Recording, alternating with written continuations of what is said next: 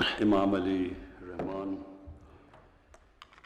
First of all, I want to congratulate you for successfully hosting the SCO conference today. Secondly, I want to thank you on behalf of my delegation, the hospitality, the warmth that you have shown us on our visit here. We discussed wide-ranging subjects relating to trade between the two countries, the connectivity, the shortest route from Tajikistan to the Indian Ocean to the sea is through Pakistan. So we discussed that, and how we can mutually benefit from trade, whether it's textiles or it is pharmaceuticals, tourism. But today the most important subject and what concerns our two countries most of all is Afghanistan. And as Mr. President, you quite rightly said, that it is extremely important not just for Tajikistan and Pakistan that there's peace in Afghanistan, but especially for the long-suffering people of Afghanistan. For 40 years, there has been conflict in the country, and it has caused immense suffering for the people there. So we discussed how, given the current situation, how we can ensure or try our best that there is peace and stability in the future.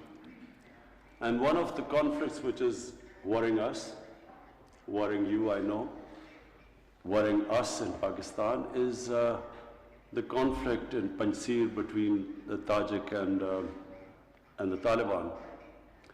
And we resolved today that we will try our best.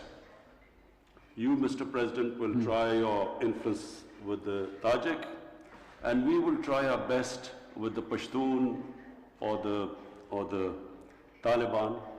We will try our best to make them resolve their differences through dialogue.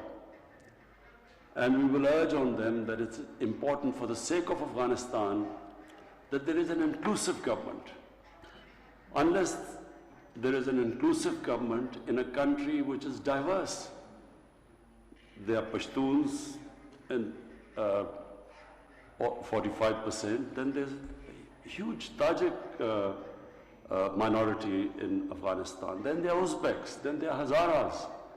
So a sustainable peace in Afghanistan can only come if there is an inclusive government. So we will try our best, we will urge. We know we can't dictate to any other country, but we will try our best, our influence, urge them as friends of Afghanistan that they must resolve this, especially this issue which is now erupting between the Tajik and the Taliban in the Panjshir Valley. And we will also urge them on humanitarian grounds, they must, if they open the blockade, so humanitarian aid can go through. We can, at this juncture, Mr. President, as you and I have both discussed today in great length, that this is a defining moment in Afghanistan's history.